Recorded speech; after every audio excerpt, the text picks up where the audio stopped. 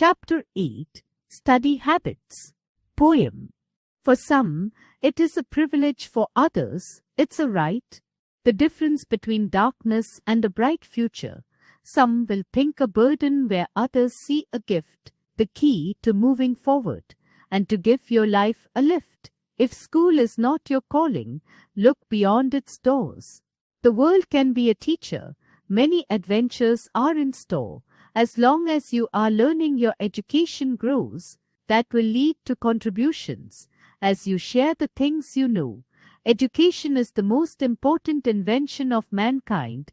It has a very wide meaning, and it is not possible to give it a precise meaning. Study habits defined as the regular tendency and practice that one depicts during the process of gaining information through learning.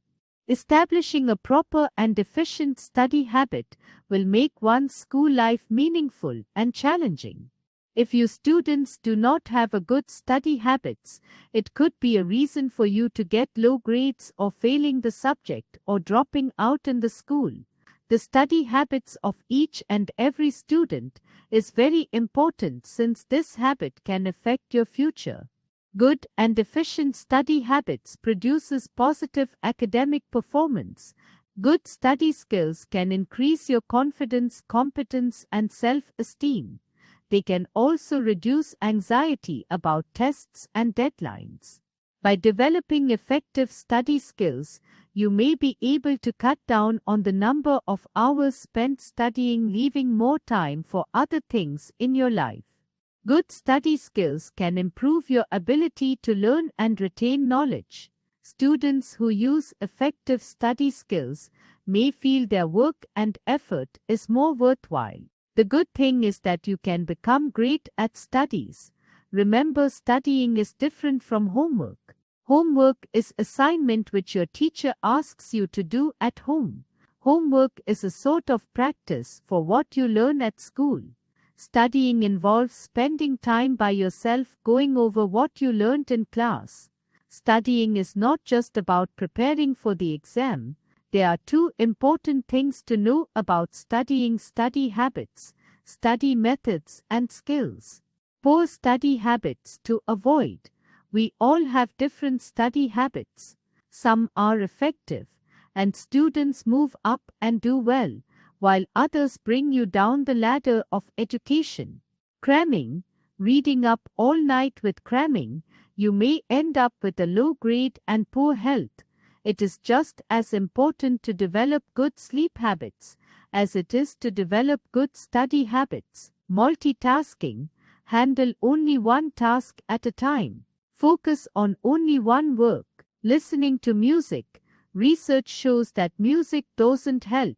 Rather, it takes up processing space, making it hard for you to understand the material you are studying. Skipping class. If you don't attend class, you spend many hours copying notes and asking friends about the lessons you missed. Not making an outline. An outline helps you organize ideas and keep track of what you study. Using social media while studying. It's common to see people hooked to their smartphones wherever they are. This is a great distraction while studying. Put off your phones and mobiles while studying. Not actively studying. Reading and highlighting is not enough. Quiz yourself. It works well. Being disorganized. Don't just take notes. Keep notebook and jot down everything you need to know. Not having a study space.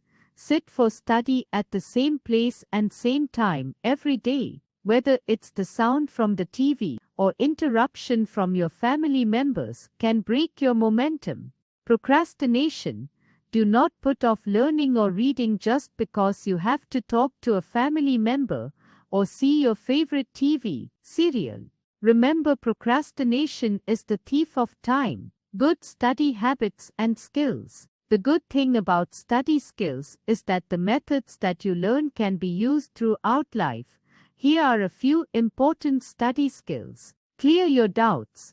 If your doubts on the lesson or topic pile up, you will not be able to understand the next topic, and finally you may give up. If you have not understood, ask your friends, parents, teachers, or anyone you trust and help you to understand better. Underline important words or keywords in the chapter. Read and recall. Read the chapter a number of times. Try to recall what you have read, connecting to what you know. If you connect to what you have learned to what you already know, it will help you to remember better. Games and repetition. Use flashcards. They help you to remember information by associating relevant images with associated keywords. For example, a flashcard for hair might have a picture of a barber, scissors, a comb, and a hairdryer. Visual methods. You can draw diagrams or use mind maps and graphic organizers. Writing. You can write important points and words to help you remember them. Tips to revise. Practice. Practice means you have to do the same thing over and over again. Do lots of sums of the same kind because practice makes a man perfect. Flashcards. Use flashcards to give you hint and prompt you to remember what you have learned. Recall. Bring back to your mind what you have studied earlier. For example, read a paragraph, then cover it and try to recall what you have read. Questions and answers and texts. Solve questions and answers from the back of the text and question papers of earlier exams. Peer instructions. Perhaps the most accurate way to check for understanding is to have one student try to teach another student what she's learned. If she can do that successfully, it's clear she understood your lesson. If you follow the above methods and good sleep, you will definitely succeed in life. Remember, I can and I will. POEM. My school promise, each day I'll do my best, and I won't do any less. My work will always please me, and I won't accept a mess. I'll color very carefully. My printing will be neat, and I will not be happy until my work is all complete. I'll always do my homework. With learning as my quest, I won't forget my promise to always